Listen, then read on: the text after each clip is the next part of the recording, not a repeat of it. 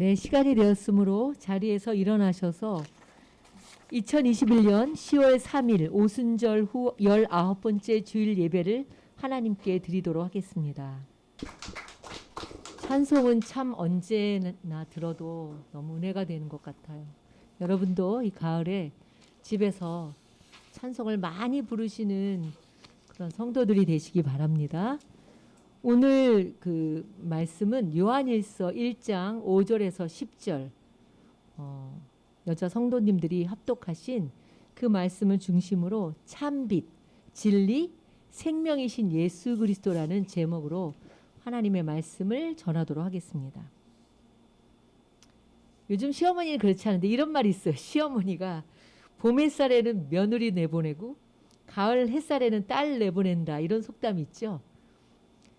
시어머니들이 왜 봄 햇살에 딸보다 며느리를 내보냈을까요? 이 속담은 이게 좀 약간 시어머니의 고단수 전략이라고 할 수 있는 거예요. 시어머니가 며느리로, 옛날이죠. 요즘은 그런 시어머니들이 없지만 며느리로 시집 와가지고 이것저것 이제 산전수전을 겪으면서 보니까 시어머니가 될 때까지 얼마나 많은 경험을 했겠어요. 그 세월을 보내면서 봄 햇살과 가을 햇살, 옛날엔 다 농사를 졌잖아요. 봄 햇살에도 일을 하고 가을 햇살에도 일을 해보지 않았겠어요? 이 같은 경험에서 보니까 봄 햇살보다는 가을 햇살이 일하기도 좋고 피부도 덜 손상된다는 걸 경험해서 터득을 한 거죠. 그래서 봄에는 누구를 내보내요? 봄에는 며느리를 내보내고 가을 햇살에는 딸을 내보낸다는 게 그 경험에서 나온 거예요. 실제로 봄과 가을을 보면은 온도 차이는 별로 없는데 일사량에서 차이가 많대요. 그 기상청의 자료를 보니까 봄철보다 가을철에 비해서 봄철이 일사량이 1.5배나 더 많다는 거예요. 또 봄은요, 춘분을 지나면서 어때요? 낮이 길어지잖아요. 일을 훨씬 더 많이 해야 되잖아요. 낮이 길어지니까. 그런데 가을은 어때요? 추분이 지나면서 점점 시간이 짧아지니까 낮 길이가 줄어드니까 일하는 시간도 적어지죠. 또 자외선 지수는 어떠냐면 이 약한 겨울에 적응된 피부가 어때요? 집에 많이 있으니까 자외선에 잘 적응이 안 돼서 봄이 되면은 갑자기 밖에 나오면은 자외선의 그 지수가 너무 높아지기 때문에 자극을 받아가지고 그 피부에도 안 좋대요. 트러블이 훨씬 더 많대요. 가을에는 아무래도 여름에 자극을 받으니까 가을이 되면 야외 활동을 해도 봄보다는 피부 트러블이 덜 생긴다는 거죠. 또 습도도 그렇대요. 봄보다 가을이 훨씬 더 습도가 좀 높아서 쾌적한 느낌으로 일을 할 수 있다는 거죠. 근데 요즘 시어머니가 그런다면 누가 그걸 믿겠어요? 시어머니가 야, 봄 햇살에 며느리 나가 일해라 그러면은 네 그런데요. 요즘에 며느리들이 나가는 게 너무 좋아서. 그리고 막 얼씨구나 좋다고 한다름에 달려나가는데 며느리 가방 속에 보면 완벽한 자외선 차단제가 들어있으니까 뭐 별로 상관없는 거죠. 봄이나 가을이나 상관이 없다는 거예요. 빛은 이처럼 우리 인간에게 정말 필요한 거죠. 그래서 저도 비타민 D를 먹고 있어요. 뼈가 튼튼한 줄 알았더니 검진을 하니까 비타민 D가 많이 모자라는 거예요. 그래서 주사도 맞아야 되고 비타민 D도 먹으라고 해서 오늘 아침에도 비타민 D를 먹었습니다. 근데 비타민 D는 먹는 것만으로 생성되지가 않는데요. 그 식사로도 섭취하기 어려운 비타민 D가 반드시 햇빛을, 하루에 제일 좋은 게 한 30분? 2, 30분 정도는 햇빛을 받는 게 좋다고 해요. 그래서 저 어제도 저기 테라스에서 햇빛이 이렇게 오니까 일부러 가리지 않고, 우리가 너무 자외선 차단제를 많이 쓰잖아요. 그래서 이렇게 빛을 보면서 생각을 해봤어요. 이 햇빛으로 아무리 먹어도 비타민 D가 체내에서 생성되기가 쉽지 않다는 거죠. 참 신비롭지 않습니까? 이 빛이라는 게 빈부의 차이나 신분에 상관없이 누구에게나 평등하게 비춰주는 게 뭐예요? 주신 게 햇빛이라는 거예요. 햇빛, 공기, 뭐 이런 것들은 정말 하나님께서 주신 너무나 평등하게 누구에게나 주신 거죠. 추석이 지나고 이렇게 오늘도 우리 김 집사님이 요즘도 더워요 이렇게 얘기를 한 것처럼 가을 햇빛이 너무너무 따가워요. 굉장히 따갑죠. 근데 그늘에 가면 시원해요. 이 가을은 좀 달라요. 그늘에 가면 시원한데 가을 햇빛을 보면 얼마나 이렇게 따가운지 몰라요.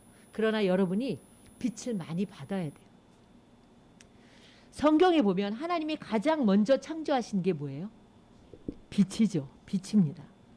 처음 창조하셨다는 게 의미가 있는 거예요. 빛이 있으라 하시니까 빛이 창조되었습니다. 이 빛은 이 태양빛하고는 다른 거죠. 하나님으로부터 창조된 거예요. 시작된 거예요. 빛을 창조하기 이전에 성경은 뭐라고 말씀하시냐면 땅이 혼돈하고 공허하며 흑암이 깊음이 있다 이렇게 말씀하고 있습니다. 아, 하나님이 왜 빛부터 만드셨을까? 만약 하나님께서 빛을 먼저 만들지 않으시고 식물이나 물고기나 동물을 먼저 창조하셨다면 이 어둠 속에서 얼마나 혼란이 있었겠어요. 그리고 모두가 영양실조에 걸려 죽었다는 거죠. 식물도 햇빛이 있어야 광합성이 돼서 식물이 살아날 수가 있는 거예요. 자라날 수가 있는 거예요. 모든 생물들은 빛을 통해서 생명을 얻고 빛을 통해서 생명이 자라게 되는 거죠. 빛이 없으면 아무리 미생물이나 식물, 동물들이 있어도 모두 다 죽게 되고 마는 거예요. 이처럼 빛이 생명의 기본인 거예요.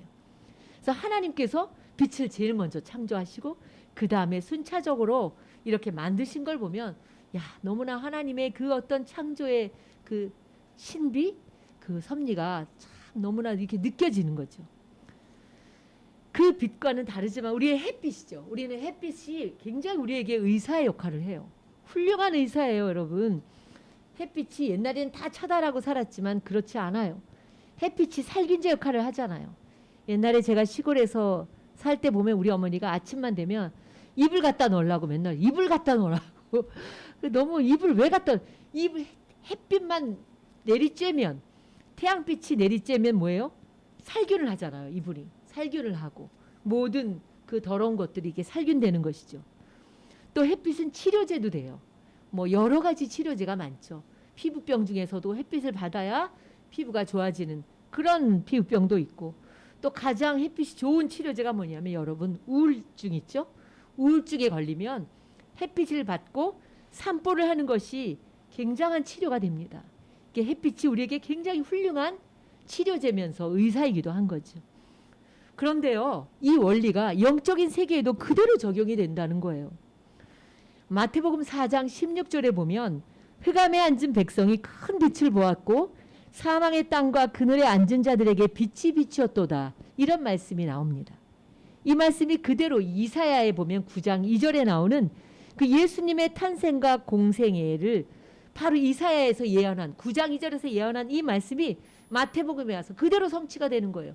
예수님이 탄생하시고 예수님의 그 공생애를 통해서 이 말씀이 그대로 성취된다는 거예요. 예수님은요, 이 흑암과 사망의 그늘에 앉아있는 이 사람들에게 빛으로 오셨다는 거예요. 요한복음의 8장을 보면 나는 뭐라고 그래요?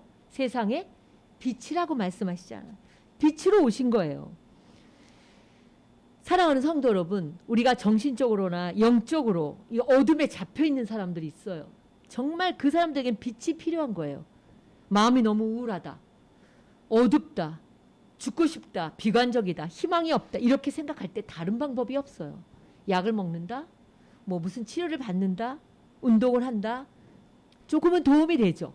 부차적인 도움은 되지만 다른 방법이 없습니다. 생명의 빛이신 예수님께로 나와야 그것만이 살 길이라는 거예요. 우리 마음에 생명의 빛이 비추이지 않으면 우리도 어둠에 잡히게 되는 거예요. 사람을 만나보면 어둠에 잡힌 사람들이 참 많습니다. 이건 배우고 안 배우고의 문제가 아니에요. 지위의 높고 낮음의 문제가 아니에요. 있고 없고의 문제가 아니라는 거예요.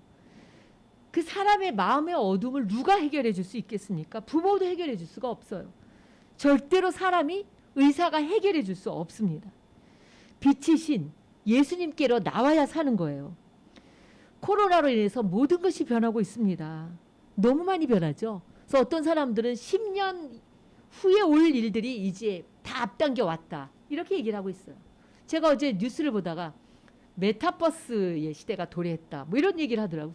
아 무슨 버스야, 메타버스야, 무슨 버스야. 그래서 찾아봤어요. 이게 뭔가 메타버스가 여러분 우리 시민교회 성도들은 다 알아야 돼요. 메타버스는 메타라는 의미가 초라는 거죠. 초. 버스는요, 버스가 아니에요. 버스가 유니버스예요. 유니버스. 그러니까 뭐냐면 이게 가상 세계가 이제 도래한 거죠. 가상 세계. 가상의 공간에서 모든 걸 다 하는 거예요. 예를 들면 페이스북도 그래요. 또 우리가 카카오톡도 어떻게 생각하면 우리가 만나지는 못하지만 가상의 공간에서 하는 거죠. 그런데 그 정도가 아니라는 거예요. 제가 보니까 회사에 출근할 필요가 없어요. 내 아바타인가? 뭐 그 아바타가 딱 가서 이렇게 그 회의실에 딱 가면 다 각자의 이 아바타가 딱 와서 거기서 회의를 하는 거죠. 이런 가상의 시대, 가상의 공간 이런 것들이 이제 앞으로 이 시대가 너무나 빨리 온 거죠. 생각은 하고 있었지만 굉장히 빨리 도래한 거예요. 그러니 뭐가 문제예요? 사람이 더 갇혀서 지내는 그런 시대가 된 거예요. 이렇게 과학이 발달하고 AI가 발달할수록 사실은요. 발달하지만 사람의 영혼, 이 마음 더 공허해지는 거예요. 사람을 볼 수가 없는데요. 우리가 지금도 그렇잖아요. 이 신경정신과 사람이 뭐 몇 달씩 이야기돼 있죠. 말도 못하게 사람이 많다는 거죠. 더 마음은 공허해지고 어두워지는 거예요. 빛이 우리 안에 들어와야 사는 겁니다. 여러분 이 빛이 뭐예요? 예수 그리스도의 참빛, 생명의 빛이 그 빛인 거예요. 예수 그리스도가 우리에게 참 빛이고 생명의 빛이고 치료의 빛이고 구원의 빛이고 진리의 빛이라는 거죠. 우리가 오늘 읽은 요한일서 1장에도 빛 가운데로 나와야 우리가 서로 사랑하게 되고 서로 사귀게 된다는 거예요. 신앙은요 가상의 공간에서 안 되는 거더라고요. 제가 해보니까 이 줌도 한계가 있죠. 근데 신앙생활은 또 뭐가 문제냐면 뭐가 중요하냐면 혼자서는 절대 할 수 없는 게 신앙생활이에요. 빛의 자녀는요 반드시 빛 가운데서 서로 사귐이 있어야 합니다. 요한일서 1장 6절에서 7절에 만일 우리가 하나님과 사귐이 있다고 하고 어둠에 행하면 거짓말을 하고 진리를 행하지 아니함이거니와 그가 빛 가운데 계신 것 같이 우리도 빛 가운데 행하면 우리가 서로 사귐이 있고 그 아들 예수의 피가 우리를 모든 죄에서 깨끗하게 하실 것이요. 빛의 자녀는요. 이 사랑 가운데서 서로 사귐이 있어야 돼요. 혼자 가상 공간에서 신앙생활한다? 절대 그것은 아닌 거죠. 또 빛의 자녀는요. 하나님의 말씀을 잘 받아들여야 이 어둠이 물러가게 돼 있어요. 이 말씀을 자꾸 심어야 돼. 내 마음에 심고 이 말씀을 자꾸 묵상하고 아이들에게도 말씀을 자꾸 암송하게 해야 그 아이들의 자꾸만 들어오는 세상적인 어둠, 공허함들이 물러가게 되는 거예요. 왜 그럴까요? 말씀이 빛이기 때문이에요. 주님의 말씀이 내 발의 등이요 내 길의 빛이라고 시편 119편 105편에서 말씀하고 있지 않습니까? 여러분의 마음이 이 코로나 시기에 너무 어둡고 불안하고 우울하거나 두려움이 오거나 이럴 때 하나님의 말씀을 자꾸 들으셔야 돼요. 그 말씀을 심어야 돼요. 그 말씀들을 평안의 말씀들을 쫙 이렇게 보면서 찾아가지고 그 말씀을 적고 그 말씀을 읽고 그 말씀을 암송할 때 여러분의 마음의 어둠들이 물러가게 되는 것이죠. 영국의 시인인 테니슨이라는 사람이 있어요. 이 사람이 친구와 함께 정원을 걷다가 친구가 이렇게 물었어요. 자네는 예수 그리스도를 어떻게 생각하나? 그랬더니 그 시인이었던 테니슨이 아름다운 꽃 앞에 서서 이렇게 말하는 거예요. 여보게, 나에게 예수 그리스도는 이 꽃과 태양과의 관계가 같다네. 이 꽃은 태양빛이 없으면 시들시들 죽고 말 것이네. 태양빛이 없다면 이 꽃은 살 수도 없고 꽃을 피울 수도 없는 것처럼 나도 의의 빛이시고 내 생명의 빛이신 예수 그리스도 그분이 없으면 나는 영원히 죽고 말 것일세. 이렇게 친구에게 이야기를 한 거죠. 여러분 너무 중요한 거예요. 하나님 말씀의 빛, 진리의 빛, 생명의 빛. 예수 그리스도가 없으면 우리는 아무리 내가 환한 떼약볕에 가 있어도 그 사람은 빛의 사람이 아닌 것이죠. 예수님은요 이렇게 죄와 죽음의 그 흑암의 속에 갇혀있는 죄인들을 위해서 빛으로 오신 거예요. 어둠이 무엇이에요? 어둠. 여러분 어둠이 뭐예요? 여러분에게 오는 모든 부정적인 거죠. 막 두려워하고 미워하고 분노하고 용서하지 못하고 그리고 막 욕심 막 이런 것들 이런 게 다 어둠인 거예요. 이런 것들이 우리를 어둠에 갇혀 있게 해요. 이런 것들이 우리의 마음을 어둡게 해서 인생의 길을 제대로 걷지 못하게 합니다. 인간이 수명이 길어지면 뭐합니까? 삶의 질이 떨어지면 500살을 살아야 뭐 하겠어요. 80세가 넘어가니까 다 삶의 질이 떨어지더라고요. 정말 건강해서 걷고 생각하고 치매 걸리지 않고 그렇게 살아간다면 장수가 복이지만 인간의 수명이 길어져도 이 어둠 속에 잡혀 있고 그 마음에 어둠이 있고 빛이 없고 삶의 질이 떨어진다면 오래 사는 게 무슨 소용이 있겠습니까? 어둠은 또 뭘 얘기하냐면 단절을 의미하는 거예요. 단절. 고립입니다. 내 안에 갇혀 있는 거예요. 제 친구 중에 그 청소년 연구소를 하는 친구가 있어요. 청소년 연구소가 하는 친구가 청소년 연구소 소장이죠. 그 GL 청소년 연구소 소장인 친구가 하나 있는데 그 친구가 수십 년 동안 이 학교 밖 청소년들만 연구하는 일을 했어요. 그러다가 이제 은퇴하고 나와서 이 학교 밖 청소년 연구소를 하고 있는데 그 중에서도 누구를 하냐면 은둔형 외톨이 너무 많은 거예요. 우리나라에. 조사된 것만 37만 명입니다. 훨씬 더 많은 거죠. 은둔형 외톨이가 뭐예요? 일본에서부터 이제 그런 말이 나오기 시작했죠. 히키코모리라고. 이들의 은둔형 외톨이가 이제 그 조사를 해보니까 이제 중복 답변입니다. 평상시 가장 많이 하는 활동이 뭡니까? 스마트폰이라는 거죠. 두 번째는 뭐예요? PC나 인터넷 게임이 50.2%예요. 그 다음에 잠자는 게 41.8%예요. 그 다음에 속마음을 평소에 털어놓고 대화할 상대가 전혀 없다는 응답이 60.8%예요. 42.9%는 가족과 대화가 전혀 없다는 거예요. 미래에 대한 희망이 없다고 응답한 비율이 95.8%나 되는 거예요. 왜 희망이 없겠어요, 젊은 사람들이. 그런데 희망이 없다고 이렇게 대답을 한 거죠. PC나 휴대전화가 없으면 잠시도 진정할 수 없다는 응답이 78.5%입니다. 감정을 겉으로 드러내는 것이 서투르다는 응답은 93.2%였습니다. 여러분 좀 뜨끔하지 않아요? 저에게 해당되는 것도 있죠. 잠시도 핸드폰 이거 뭐야 나 은둔형 외톨이 아니야? 이런 생각할 수 있죠. 네, 우리도 조금씩 다 있어요. 세상에 아무리 메타버스 시대가 와도 안 되는 게 있다는 거예요. 내 마음을 지배하는 그 어둠에서는 내 힘으로는 과학의 힘으로 절대로 빠져나올 수 없습니다. 예수님, 생명의 빛이신 예수님께로 나와야 돼요. 그래서 여러분이 예배를 드리고 찬양하고 네? 그리고 교제하고 봉사하고 뜨겁게 찬양하고 그 하나님의 생명의 빛을 받아들일 때 우리 안에 어둠이 물러가는 거예요. 여러분 이 찬양 한번 불러보겠습니다. 여러분들 함께 찬양하시기 바랍니다. 그의 빛 안에 살면 그의 빛 안에 살면 주님의 빛 안에 살 때 그 길을 인도하시는 줄 믿습니다. 주님의 눈이 우리의 일생을 지켜주신다고 약속하셨어요. 때로는 죽음의 골짜기를 걸어간다 할지라도 주님이 우리의 빛이 되어주시기 때문에 우리는 절대로 길을 잃어버리지 않습니다.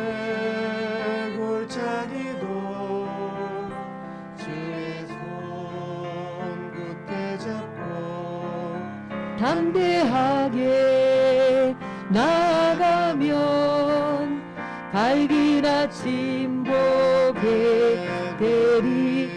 주님 앞에 소리를 높여 주님을 찬양하시기 바랍니다. 높여 그 사랑 찬양하리. 온 땅에 주의 사랑 전파하리라. 여러분 기도하면 하나님은 반드시 여러분의 기도를 들어주십니다. 오늘도 내일도 우리의 기도를 들으시는 하나님께로 나아가야 합니다. 하나님은 모든 것이 합력하여 선을 이루어 주시는 좋으신 하나님이십니다. 선하게 이루어지리라. 내 곁에 주 계시니 두려움 전혀 없네. 주님 날 사랑하니 세상이 감당 못하네. 주 앞에 소리를 높여 주님을 찬양하기 바랍니다. 주님을 찬양하시기 바랍니다. 찬양하리. 온 땅에 주의 사랑 전파하리라 외치리라.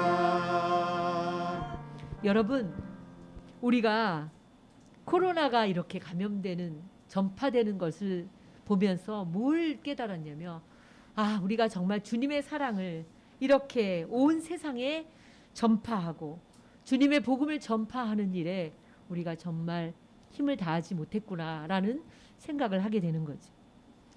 찬송가에 보면 이런 찬송도 있어요. 대산을 넘어 험곡에 가도 빛 가운데로 걸어가면 주께서 나의 밝은 빛이 되시사 길 잃어버릴 염려 없네. 하늘의 영광 하늘의 영광 나의 맘속에 차고도 넘쳐 할렐루야를 힘차게 불러 영원히 주를 찬양하리. 여러분, 마음이 좀 답답하고 내 마음에 이렇게 느껴지죠. 어둠이 온다. 그럴 때는 이렇게 여러분 손을 들고 하나님께 큰 소리로 찬양하고, 찬양할 때 여러분의 마음에 하나님의 그 성령의 빛이, 생명의 빛이 비추게 되는 줄로 믿습니다. 사도행전에 보면요, 바울이 다메섹 도상에 가다가 큰 강렬한 빛을 만나게 됩니다. 그 빛이 뭐예요? 하늘로부터 온 빛이죠. 생명의 빛이에요. 참빛이신 예수 그리스도의 빛인 거죠. 예수님을 만난 거예요. 바울의 눈을 덮고 있던 비늘이 벗겨지는 그런 빛이었습니다. 그 빛으로 인해 바울의 삶이 완전히 바뀐 거죠. 사울이 바울이 된 것이에요. 우리가 신앙생활 하면서도 적어도 한 번은 이렇게 우리의 눈에 비늘이 벗겨지는 전환점이 있어야 합니다. 그 비늘이 무엇입니까? 사람에 따라 다 다르죠. 나로 하여금 그 진짜를 보지 못하도록 가로막고 있는 비늘들이 있습니다. 그게 교만일 수도 있고 내 자기의 의일 수도 있고 의심일 수도 있고 고집일 수도 있는 거예요. 그 비늘이 벗겨져야 되는 거예요. 사랑하는 성도 여러분, 요한복음에도 보니까 가장 많이 나오는 단어가 세 가지가 있는데 생명, 빛, 사랑입니다. 이 세 가지가 요한복음에 참 많이 등장합니다. 얼마나 많이 등장하냐면 생명이라는 단어는요 54번, 54번이나 나와요. 빛이라는 단어는 23번이나 나옵니다. 사랑이라는 단어는요 60회나 나옵니다. 빛이라는 그 구절이 얼마나 많이 나오는지 제가 다 찾지는 못했지만 요한복음 1장 2절에서 5절에는 그가 태초에 하나님과 함께 계셨고 만물이 그로 말미암아 지은 바 되었으니 지은 것이 하나도 그가 없이는 된 것이 없느니라. 그 안에 생명이 있었으니 이 생명은 사람들의 빛이라.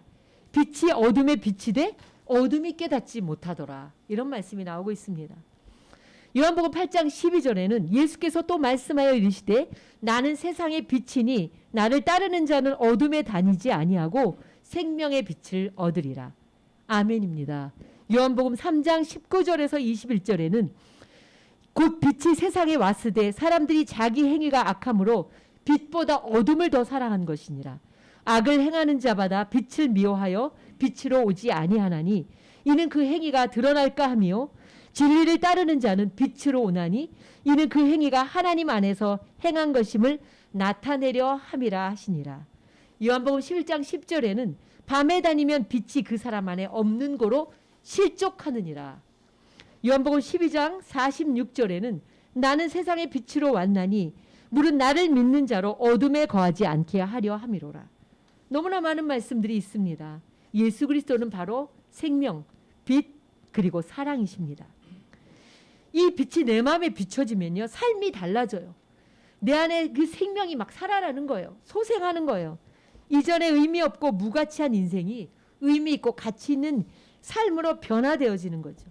미움과 증오가 가득하고 교만으로 아주 고집으로 똘똘 뭉쳤던 그 마음이 빛이 비추게 되면은 그게 녹아지게 되는 거죠. 그리고 사랑의 마음, 그리고 아주 뭐예요? 아주 인자한 그런 마음으로 변화되는 거죠. 요즘 핫한 거 이거 모르면 안 되는 드라마 있죠. 넷플릭스에 뭐예요? 네, 여러분이 질겅질겅 씹고 좋아하는 오징어 게임. 네, 이거 모르면 요즘 뭐 정치인들도 다 오징어 게임을 이렇게 비유를 하더라고요. 이 오징어 게임에 나오는, 물론 저도 봤습니다. 9회까지 중간중간에 이제 좀 빨리 돌리면서 보긴 했지만 오징어 게임의 마지막에 나오는 대사가 있습니다.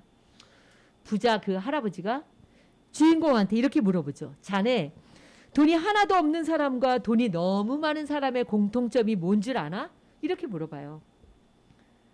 여러분 뭘 것 같아요?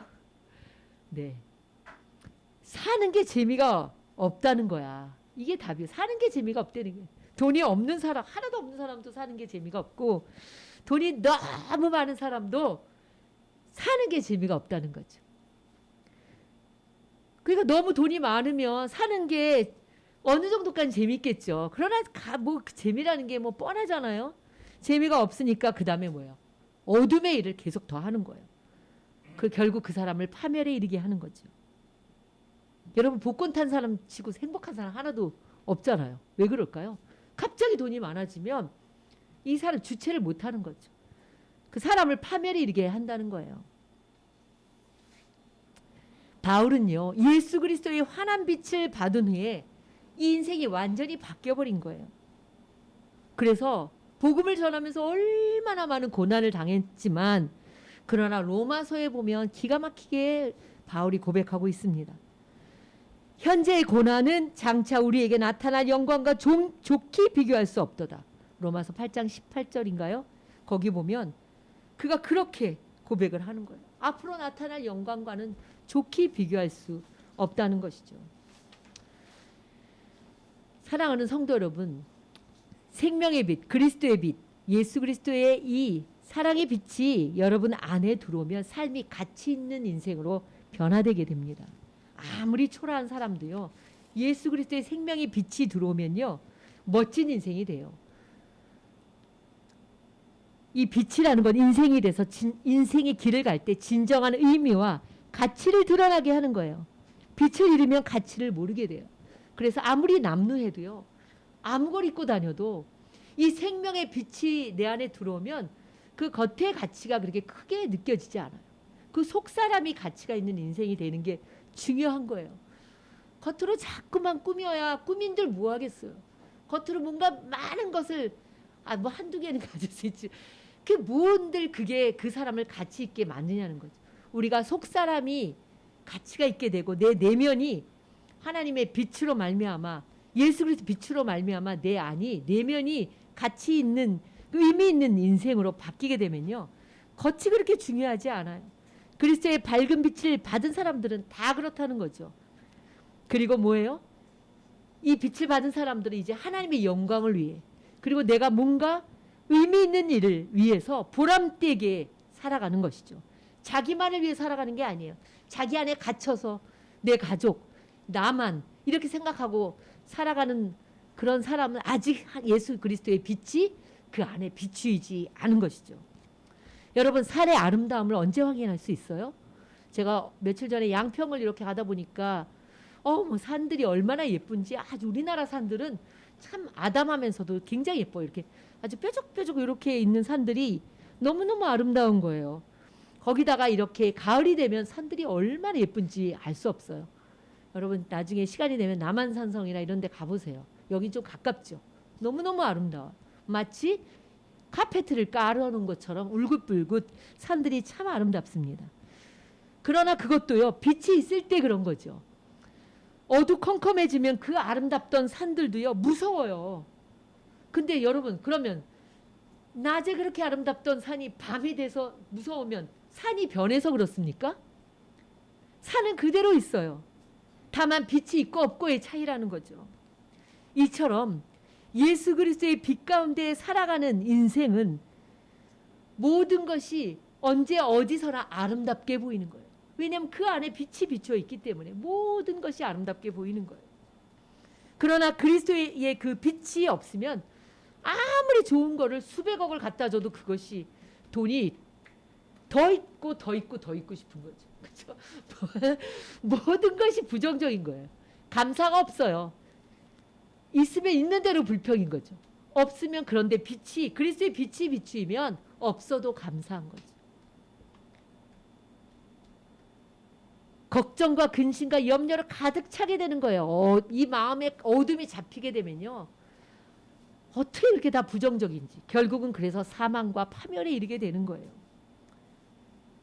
참빛이신 예수 그리스도의 빛을 온전히 받아야 돼요. 여러분이 집에만 또 내 안에만 꼭꼭 가둬 있지 마시고 여러분이 예수님께로 나와야 돼요. 예수님께로 나와서 그 주님의 빛을 받을 때 여러분의 삶이 그 아름다운 그 가을의 산처럼 그렇게 아름답게 변화될 줄로 믿습니다. 여러분 지금 뭘 따러 가고 계십니까? 가짜 빛이 너무 많죠. 가짜 빛. 참빛이신 예수님을 따라가야 합니다. 이 빛을 따라가면 이 빛을 따라 살아간 수많은 사람들이 절대로 실패한 인생을 살지 않았다는 거예요. 그 참빛이신 예수 그리스도를 따라 살아가면 분별을 하게 돼요. 이게 옳은 것인지 선악간에 분별을 하게 되는 거죠. 이 빛을 따라 살아가면 우리 인생의 바른 가치관을 갖고 살게 된다는 거예요.